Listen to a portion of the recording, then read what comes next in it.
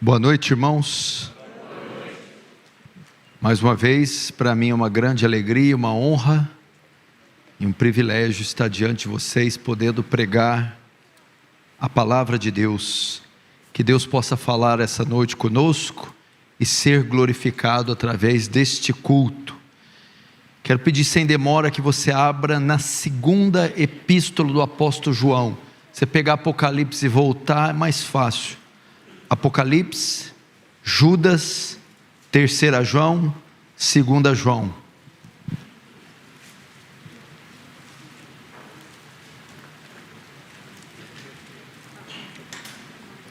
Vamos fazer a leitura da segunda carta do apóstolo João, que contém um único capítulo, no verso 1. O presbítero, a senhora eleita e aos seus filhos, a quem eu amo na verdade. E não somente eu, mas todos os que conhecem a verdade, por causa da verdade que permanece em nós e conosco estará para sempre. A graça, a misericórdia e a paz da parte de Deus, Pai, e de Jesus Cristo, Filho do Pai, serão conosco em verdade e em amor. Fiquem sobremodo alegre em ter encontrado dentre os teus filhos os que andam na verdade, de acordo com o mandamento que recebemos da parte do Pai.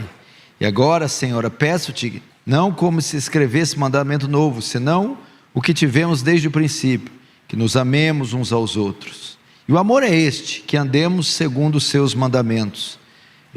Este mandamento, como ouviste desde o princípio, é que andeis nesse amor. Porque muitos enganadores têm saído pelo mundo fora, os quais não confessam Jesus Cristo vindo em carne. Assim é o enganador e o anticristo. Acautelai-vos para não perderdes aquilo que temos realizado com esforço, mas para receberdes completo galardão. Todo aquele que ultrapassa a doutrina de Cristo e nela não permanece, não tem Deus. E o que permanece na doutrina, esse tem tanto o Pai como o Filho. Se alguém vem ter convosco que não traz esta doutrina, não recebais em casa, nem lhe deis as boas-vindas. Porquanto aquele que lhes dá boas-vindas faz-se cúmplice das suas más obras. Ainda tinha muitas outras coisas que escrevê-lo, mas não quis fazê-lo com papel e tinta, pois espero ter convosco, e conversaremos de viva voz, para que a nossa alegria seja completa. Os filhos da tua irmã eleita te saúdam. Deixa aberto aí, não feche, feche apenas os olhos para uma rápida oração.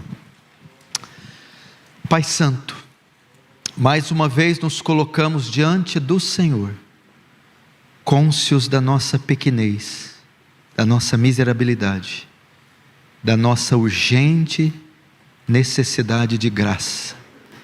E eu espero que essa graça abunde aqui essa noite, tome mentes e corações cativos à tua palavra, traga temor e tremor diante daquele que é 3 vezes santo.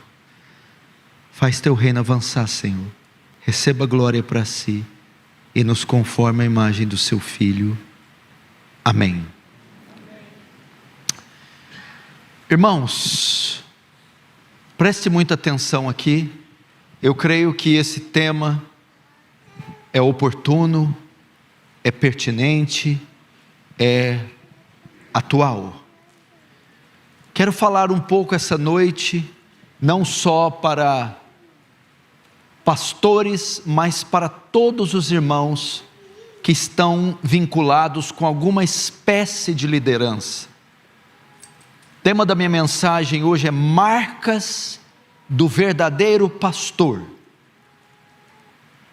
Se tem algo que nós necessitamos nos dias de hoje, com urgência, é de pastores zelosos, pastores bíblicos, pastores que amam a Deus, pastores que amam as Escrituras e que amam o rebanho que por Deus foi-lhes confiado.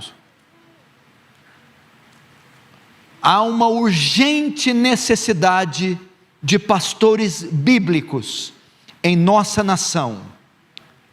Uma igreja nada mais é do que o reflexo do seu púlpito, da sua liderança, daquilo que ela come, do que ela é alimentada.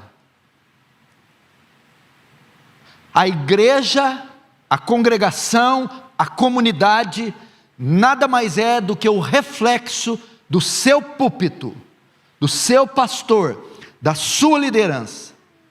E essa é uma das maiores causas do estado crítico que a igreja brasileira se encontra. Uma liderança deficiente, uma liderança rasa, uma liderança superficial, para não dizer uma liderança inconversa, corrupta, imoral, fazendo com que o seu povo, o rebanho que é pastoreado, se identifique com essa liderança, tenha a mesma semelhança. E essa é uma das razões por uma cristandade tão fraca, envolvida em tantos escândalos, tão rasa e superficial na doutrina e na teologia, tão fraca e rasa na sua moralidade, na sua santificação, porque ela nada mais é do que reflexo dessa liderança. Falta capacidade em nossos púlpitos. As igrejas estão morrendo por pastores sem capacitação, ou porque exploram o seu rebanho. Precisamos urgentemente resgatar o pastorado bíblico e verdadeiro. Precisamos urgentemente separar homens íntegros, honestos, versados nas Escrituras, piedosos, para o pastorado do povo de Deus. E nesse sentido, João, nessa sua segunda epístola, vai nos ajudar a ver algumas características do verdadeiro pastor, do pastor bíblico. Vamos ver, antes de entrarmos no texto, um pouco do pano de fundo da carta. Essa carta é uma das menores de toda a Bíblia. É uma carta, um livro que contém um único capítulo. O autor da epístola é o apóstolo João. Ele é responsável por 5 livros da Bíblia: o Evangelho de João, a primeira, segunda e terceira carta, e o Apocalipse. O destinatário da carta, para quem é que João escreve? Essa carta foi enviada a uma igreja. Quando João diz a senhora eleita e a seus filhos, ele está fazendo referência a uma igreja e a seus membros, e não a uma pessoa. Então, quando você lê a senhora eleita e aos seus filhos, a maioria dos estudiosos entende que João está escrevendo a uma igreja e a sua membresia. Por quê? Porque no primeiro século a igreja sofria forte perseguição, e ele escreveu dessa forma para velar, ocultar a identidade dessa igreja, desses irmãos, porque essas cartas que circulavam podiam ser pegas pelo Império Romano ou pelos judeus. Então, para não correr o risco de serem identificados, ele usa estes termos: senhora eleita, mas na verdade é uma igreja e os seus membros. O propósito da carta: João escreve para combater os falsos mestres que estavam surgindo entre o povo de Deus. E uma das maiores heresias no primeiro século, a grande batalha, foi a respeito da cristologia. Foi com relação à cristologia. E o gnosticismo era uma das maiores ameaças do primeiro século. Dentre algumas coisas, o gnosticismo negava uma das naturezas de Jesus, a natureza humana. Por quê? Porque para os gnósticos a matéria é má em si. E se Jesus é Deus e Deus é bom, então ele não pode ter corpo, porque corpo é mau, é matéria. Isso só foi resolvido no século IV, no concílio de Calcedônia, na chamada união hipostática. que a união hipostática ensina?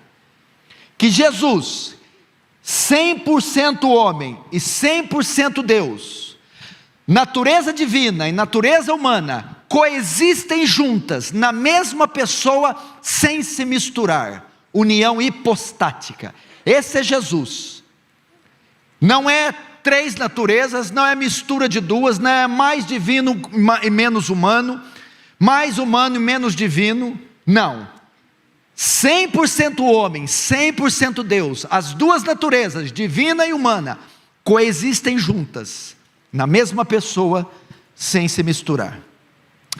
E nessa instrução que o apóstolo João vai dar a essa igreja, a respeito dos falsos mestres, ele revela, ao dar essas instruções, as marcas de um verdadeiro pastor.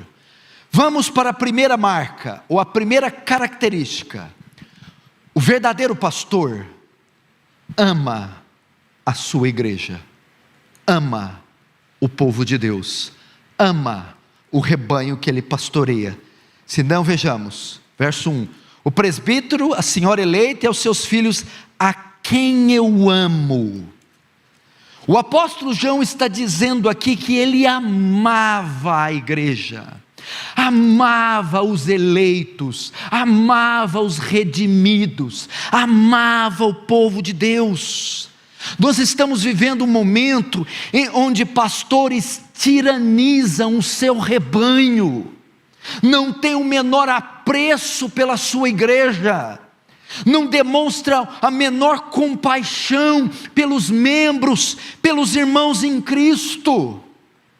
Irmão, uma das marcas do pastor, uma das marcas se você tem o chamado pastoral ou não, você quer saber se tem o chamado ou não, é se você tem afinidade com gente, se você ama pessoas, se você gosta de estar em velórios, em hospitais, se você gosta de estar presente nas dificuldades cotidianas do rebanho. Nós estamos vivendo um tempo de superstars, homens, pastores que não convivem com pessoas, que estão distantes de pessoas, que têm aversão a pessoas, repulsa as pessoas. Esses homens deveriam entregar os seus ministérios. Ele tem carinho, ele tem amor, ele tem afeição, ele tem interesse, ele ama. E esse amor, João diz aqui, não era falso, não é um amor hipócrita, porque ele insiste, veja só, a quem eu amo e a quem eu amo na verdade. O que João está querendo dizer? É um amor sincero, não é um amor de fachada, não é um amor hipócrita. Irmão, é muito fácil eu encenar no púlpito, pastores encenar piedade, encenar lágrimas, encenar devoção, parecerem que amam. É muito fácil no momento cultico você ter uma postura teatral. João quer enfatizar: eu amo, e amo de verdade, amo com o meu coração. É um amor sincero, é um amor de tal forma que a igreja reconhece esse amor.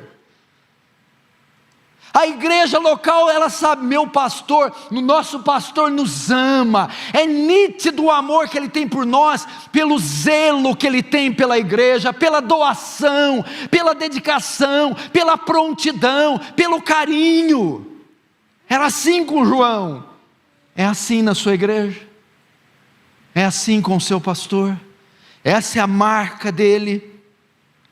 É um amor sincero, cheio de zelo. Veja o exemplo do apóstolo Paulo, Colossenses 1:24. Veja a marca do amor na vida de Paulo. Agora me alegro em meus sofrimentos por vocês, e completo no meu corpo o que resta das aflições de Cristo, em favor do seu corpo, que é a igreja. Eu me dou pela igreja, eu sofro pela igreja, Paulo está dizendo. Veja o exemplo de Cristo, Mateus 9:36, vendo ele as multidões, compadeceu-se delas, porque estavam aflitas e exaustas, como ovelhas que não têm pastor. João 15:13, ninguém tem amor maior que este, em dar a vida pelos seus amigos. João 10:11, eu sou o bom pastor, e o bom pastor dá a vida pelas suas ovelhas. Pastores tiranos, egoístas, indiferentes, vaidosos, frios para com seu rebanho, tem marcado o nosso tempo. Pastor tem que sentir cheiro de ovelha, tem que chorar com ovelha, tem que rir com ovelha, tem que sofrer com ovelha, tem que gostar de ovelha, tem que amar a congregação que pastoreia. E eu termino esse tópico com isso. A motivação do ministério deve ser amor.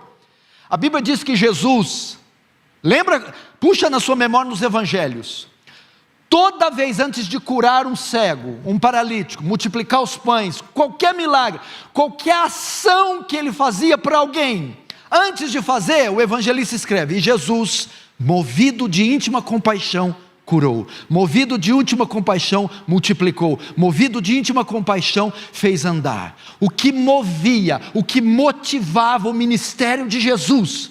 Amor. Se a sua motivação ao ministério não for amor, deixe ele. Segunda marca do verdadeiro pastor. Esse amor é demonstrado no desejo que ele tem pela igreja. Veja o verso 3. A graça, a misericórdia, a paz de Deus, Senhor Jesus Cristo, Filho de Deus, serão convosco, em verdade e em amor. Ele mostra que a segunda característica do pastor é demonstrada através do desejo que ele tem pela igreja. Esses versículos em suma estão dizendo o quê? Eu desejo que vocês sejam abençoados. Esses termos graça, misericórdia, paz, a ideia que dá aqui é que ele deseja ver o progresso espiritual. Eu estou desejando toda sorte de bênçãos. Eu desejo que vocês cresçam, progridam, sejam abençoados, sejam consolados, sejam livrados, sejam perdoados, avancem, cresçam. O verdadeiro pastor deseja ver o progresso espiritual da sua igreja. O verdadeiro pastor não suporta ver uma igreja estagnada, um povo que não cresce na graça, no conhecimento, na santificação, no evangelismo. João, no seu pedido, ele revela, através do seu desejo, a sua integridade. Ele deseja o crescimento espiritual. Essa é a marca de um pastor. Ele não se conforma a ver a sua igreja parada. Ele deseja que ela avance no conhecimento bíblico, avance no conhecimento doutrinário, avance na sua santificação. Ele deseja que essa igreja amadureça até que cheguemos todos à unidade e à estatura do varão perfeito, Cristo Jesus. Irmãos, nós não estamos aqui simplesmente para cumprir uma responsabilidade ou procurando algum interesse pessoal. Nós, como pastores, nossa intenção é que vocês sejam edificados, que as suas vidas se tornem mais parecidas com Jesus a cada dia. Queremos ver vocês crescendo espiritualmente. Colossenses 1:9, Paulo, que é um verdadeiro pastor, revela essa marca. Por essa razão, desde o dia em que ouvimos, não deixamos de orar por vocês e de pedir, pedir o quê? Que vocês sejam cheios do pleno conhecimento da vontade de Deus, com toda a sabedoria e entendimento espiritual.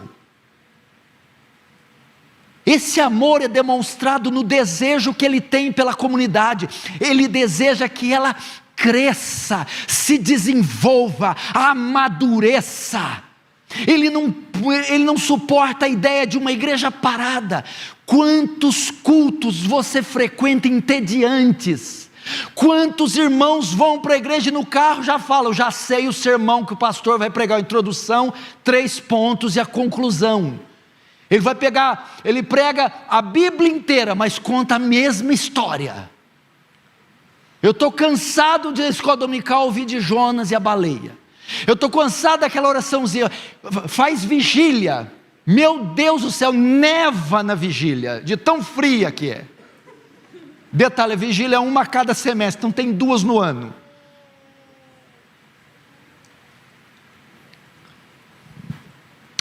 Terceira característica do pastor: ele é conhecido por suas motivações. Veja só o verso 4: fiquei sobremodo alegre em ter encontrado dentre os teus filhos os que andam na verdade, de acordo com o mandamento que recebemos da parte do Pai.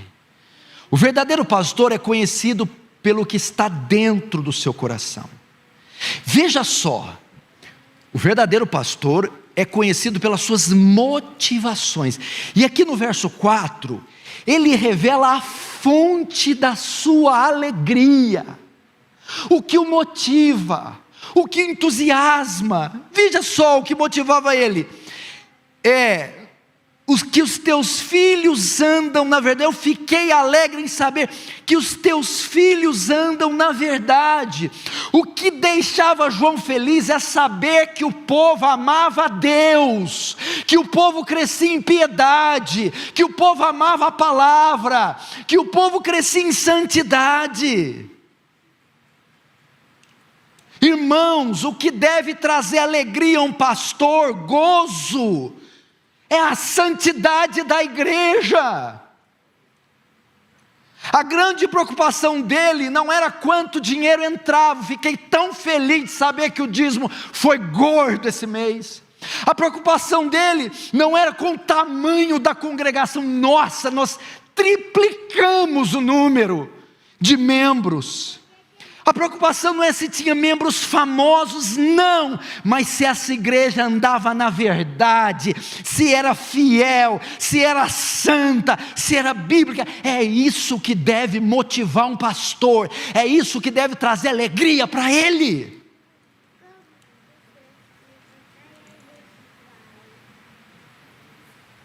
Pastores ficam doidinhos para fechar o mês. Quanto que entrou? Quanto que está? Quantos zero aumentaram aí? Quantos vieram? Quantos tem? Não, pastor, mas os irmãos estão desviando, adulterando. Não, quanto dinheiro? Dinheiro. Fama, sucesso, destaque, saiu no jornal? Alguém fez alguma matéria? Onde nós estamos sendo dito? Não, meu irmão. Um verdadeiro pastor prefere uma igreja pequena em que as pessoas amam a Deus, do que uma grande igreja onde não há pessoas salvas e cheias de enfermidade espiritual. Veja o exemplo de Jesus, Lucas 10, 21, 24. Naquela hora Jesus, exultando no seu espírito. Sabe o que é exultar? É uma alegria que não cabe no peito. O que fazia Jesus alegre? Naquela hora Jesus, exultando no espírito, disse: eu te louvo, ó Pai, Senhor do céu e da terra, porque escondeste essas coisas dos sábios e cultos e as revelaste aos pequeninos. Sim, Pai, pois assim foi do teu agrado.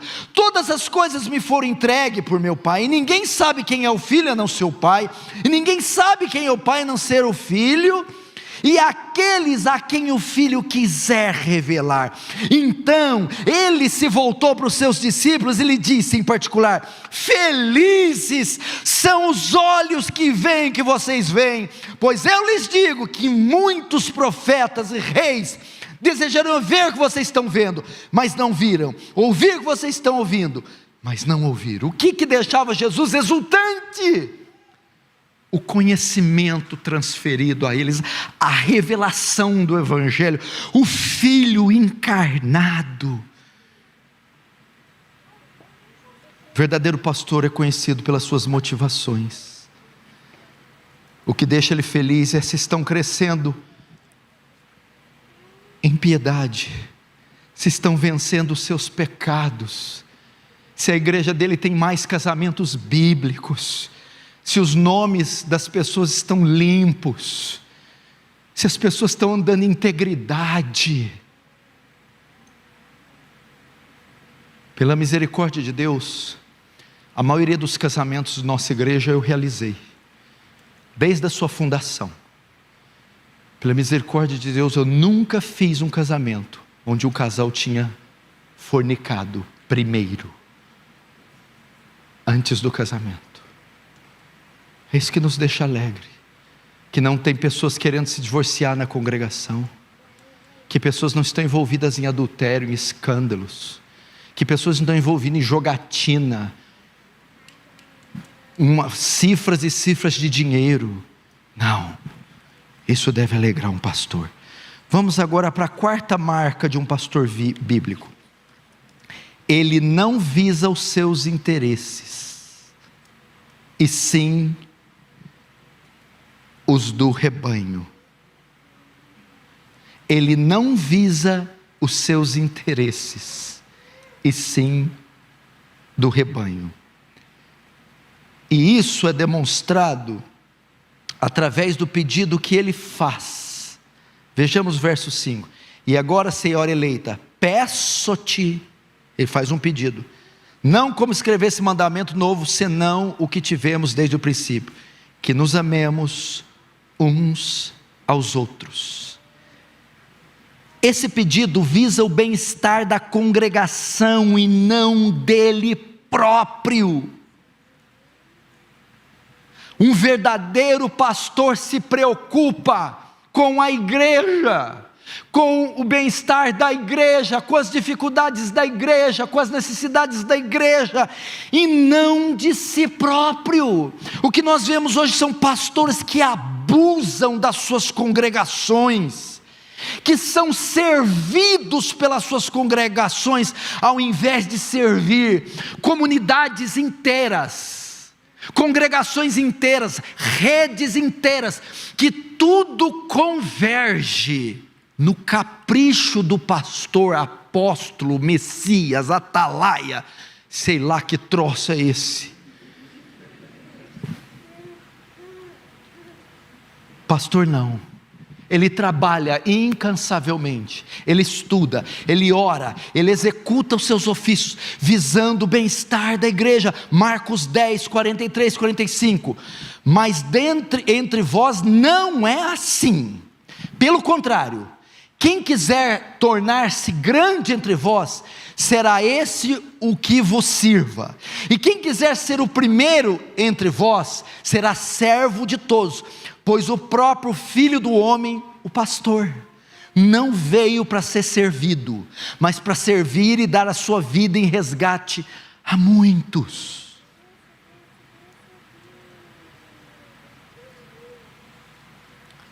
Ele não visa o seu bem-estar, mas o do rebanho. Irmãos, você vê isso, pastores que usurpam,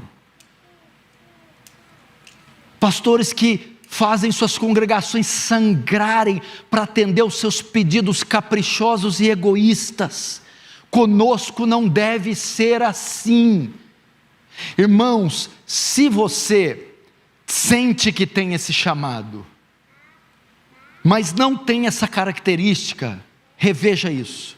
Quando eles estavam passando por Samaria, e já passava do meio-dia, e ele tem um encontro com a mulher samaritana, e passa, era mais ou menos 2, 3 horas da tarde, os discípulos vêm a ele e dizem: mestre, come.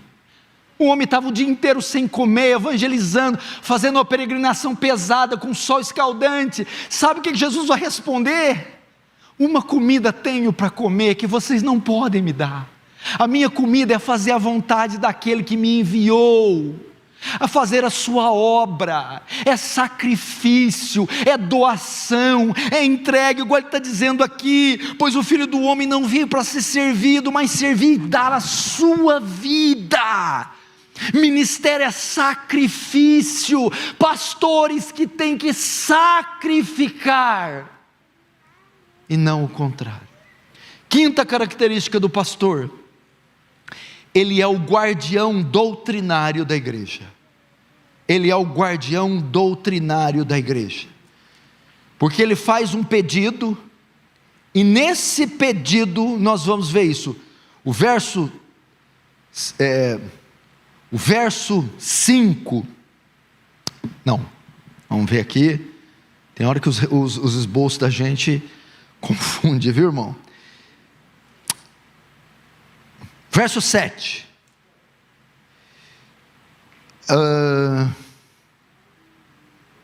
verso 6, e o amor é este, que andemos segundo os seus mandamentos, e este mandamento, como eu vi desde o princípio, é que andeis nesse amor.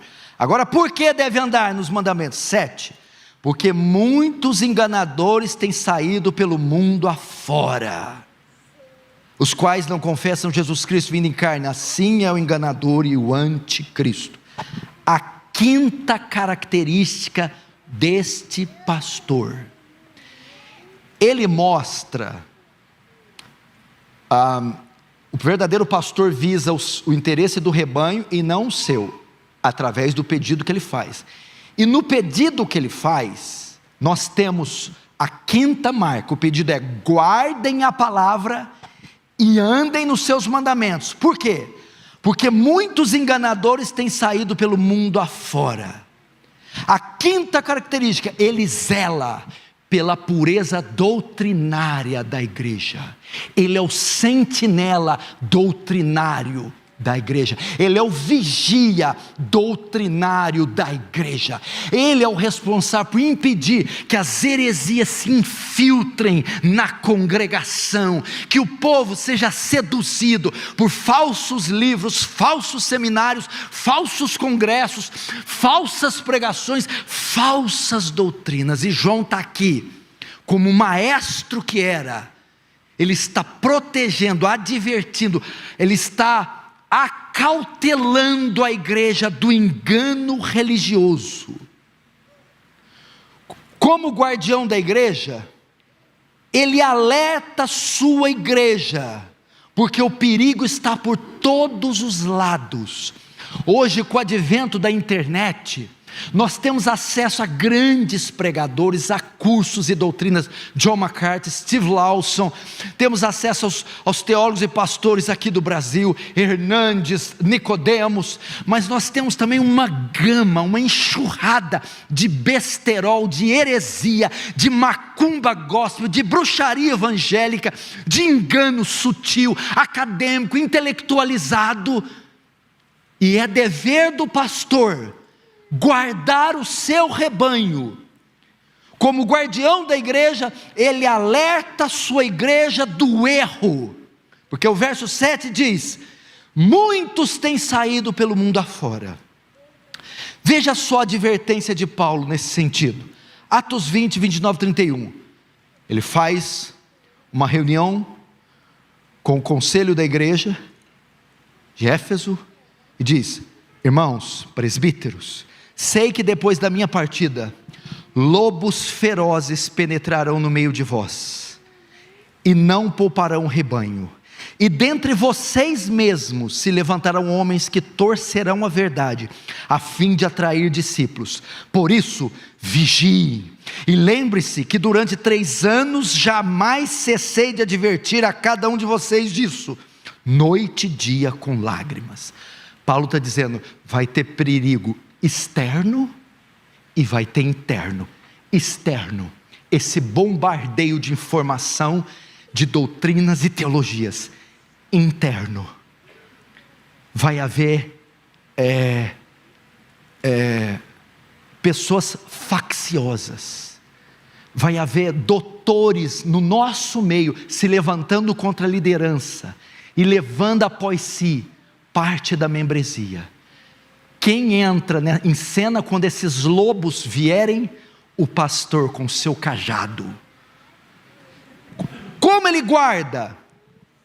Veja só, você precisa entender, a principal obra de Satanás não é nos conduzir a pecados pecados de inclinação da nossa natureza, pecados de conotação sexual, carnais. A nossa natureza se encarrega disso. A principal obra do diabo é engano, heresia, mentira. Toda heresia, todo engano religioso vem de Satanás, porque ele é o pai da mentira, e só se derrota a mentira com a verdade. Como que o pastor protege a igreja do engano? Primeiro, motivando a leitura bíblica, fazendo com que a sua congregação seja estudiosa nas Escrituras. Segundo, indicando e fornecendo literatura bíblica, doutrinária, saudável. Terceiro, promovendo eventos que enalteçam a palavra, a doutrina e a teologia. E terceiro, através do seu púlpito, um púlpito afiado, um púlpito enérgico, um púlpito bíblico, um púlpito que prega a sã doutrina, um púlpito que interpreta corretamente a Bíblia, que lê, explica e aplica o texto. É assim. Um púlpito poderoso, um púlpito fiel. Essa é a quinta característica. Ele é o guardião doutrinário da igreja. Sexta, estou encerrando, não fique nervoso, falta 48 minutos.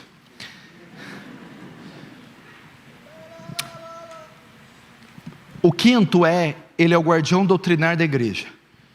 Sexta característica, ele tem cuidado com a pureza da igreja. O quinto, ele preocupa com a cabeça da igreja. O sexto, ele preocupa com a conduta da igreja. Ele não preocupa só com a doutrina, com a teologia, igual muitos teólogos atuais, mas preocupa com o estilo de vida. Ele não só cuida da cabeça, mas da pureza.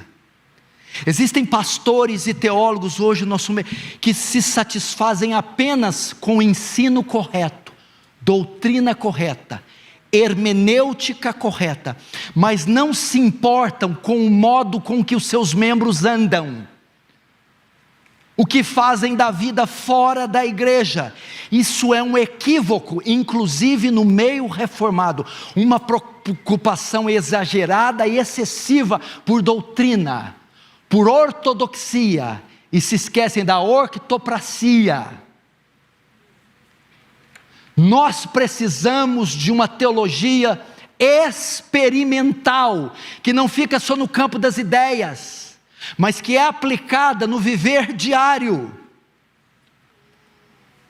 Ele tem cuidado com a pureza moral da igreja, e aqui ele faz isso de duas formas. Primeiro, advertindo a igreja do perigo da queda.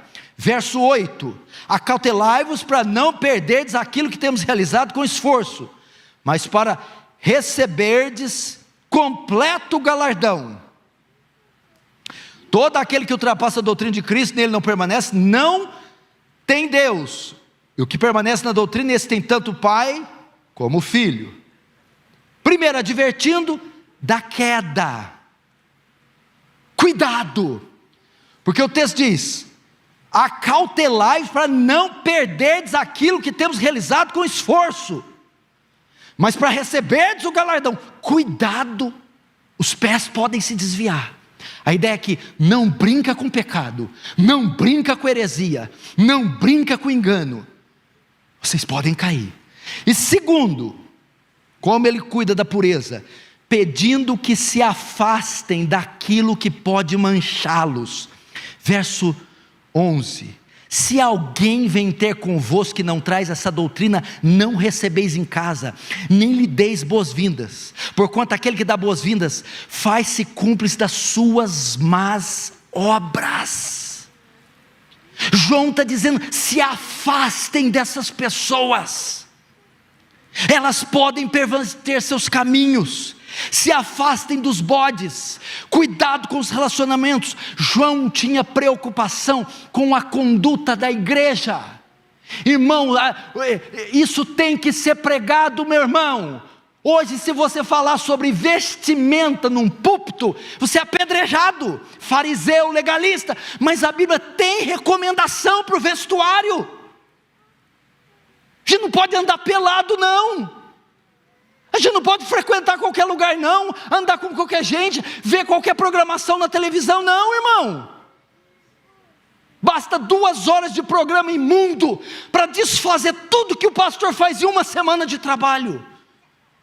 João se preocupa, cuidado com o que vocês assistem na TV, cuidado com os sites que vocês acessam, cuidado com os amigos que vocês andam, cuidado com o excesso de mídia social, zelem pela vestimenta, não sejam instrumentos de cobiça. É uma teologia que se preocupa com o corpo. Ah, pastor, você vai usar o termo corpo? O senhor está louco. É verdade. Eu e o meu amigo, rogo-vos pela compaixão de Deus, que apresentei os vossos corpos como sacrifício santo e agradável a Deus, que é o vosso culto racional. Paulo usa o termo corpo.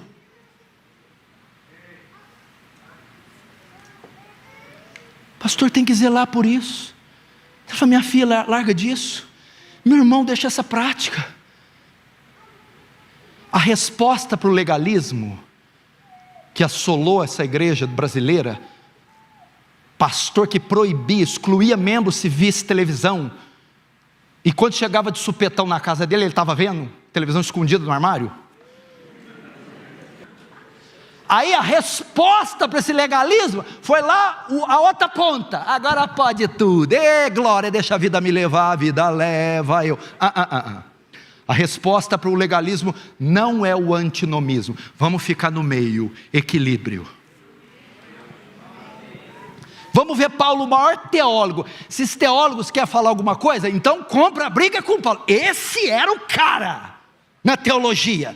Era o cara, a mente dele é um espetáculo. Ele está entre as 20 mentes mais brilhantes que pisou na terra. Ele é mais popular que todos os César Augusto juntos. É o maior teólogo, é o maior pastor, é o maior missionário. Ele é o maior evangelista que a terra já conheceu. Olha o que ele vai dizer em termos práticos. 2 Coríntios 6, 14, 18. Não vos ponhais em julgo desigual com os incrédulos. Porquanto que sociedade pode haver entre a justiça e a iniquidade?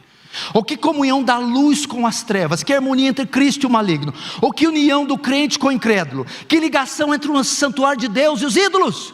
Porque somos santuários de Deus vivente, como Ele próprio diz: habitarei e andarei entre eles, e serei seu Deus, e eles serão meu povo. Por isso, olha Paulo, por isso, retirai-vos do meio deles, separai-vos, diz o Senhor, não toqueis em coisas impuras, e eu vos receberei, serei vosso pai, e vós serei para mim filhos e filhas, diz o Senhor Todo-Poderoso. Na Bíblia tem não, na Bíblia tem não pode, na Bíblia tem não faz. É nessas horas que eles ficam irritados comigo. É nessas horas que cancela metade dos meus convites. Você estava indo tão bom, pastor, tão bem. Por último, o pastor ordena: estejam sempre em comunhão. Verso 13. E os filhos da tua irmã eleita te saúdam. Ele não é só o guardião da igreja, não só protege a igreja, ele também ensina a igreja como se proteger. Como? Se interpretarmos a palavra irmã figuramente, então essa palavra significa também igreja. E os filhos, consequentemente, são membros de um grupo de crentes que manda saudação para outros. Então veja só, os filhos da tua irmã eleita. O que é isso? Senhora eleita é uma igreja, mas você tem uma irmã, é outra igreja. E os filhos dela, os membros, saúdam vocês. Ou seja, ele está falando aqui é uma coisa difícil de se praticar em São Paulo, mas é uma maneira, é um meio da graça, é uma maneira de proteção e de edificação. tenham comunhão com o corpo de Cristo. Tenham um relacionamento pessoal com outros irmãos. Frequente a casa de santos. Abra sua casa para os santos. Viva a vida comum com os santos. Ajuda ele a pintar a casa. Vai no velório com ele. Ora junto com ele. Chora, ri. Vida comunitária. Por mais que você esteja a quilômetros de distância, fiquem próximos daqueles que moram mais próximo, porque ajuda mútua, conselho mútuo, exortação mútua, troca de testemunhos, isso tem uma força, um poder extraordinário. E João incita: tenham comunhão uns com os outros. Irmãos, essas são as marcas de um pastor. Eu espero que você possa ver elas, encontrar elas na minha vida, na vida do Arival, do Hernandes. Eu espero que você encontre ela na vida do seu pastor, na igreja que você está. Ah, pastor, não encontrei nenhuma dessas no pastor da minha igreja. O que você está esperando? Sai fora, vem para cá. Irmão, não tem nenhuma marca, você fica lá. Não, eu tenho dó dele, eu estou ajudando ele. Mas ele não está te ajudando, não. Se você não tem, procure uma igreja bíblica. Pastores, talvez a maioria está ouvindo e não é má, não é desonesta, não são esses lobos aí, mas apenas estão equivocados, deficientes. Se arrependa. Se arrependa do seu pecado, da sua má condução. Procure ajuda de outros pastores. Se matricule em um seminário. Compre bons livros. Reveja todo o conceito doutrinário da sua igreja e recomece do zero, pastoreando esse rebanho para a honra e glória do Senhor. Amém? Vamos fechar os olhos, vamos curvar a cabeça. Pai Santo, eu te louvo por alertar a tua igreja do perigo que muitos estão sofrendo, ser pastoreado por pessoas incapazes ou por salteadores e aproveitadores. Mas Pai, levanta nessa nação pastores bíblicos, homens santos, compromissados com a palavra, que te amem e amem o teu povo, Senhor, para que tenhamos congregações fortes, poderosas, bíblicas, e que sejamos salvos do engano que tanto nos cerca, em nome de Jesus, amém.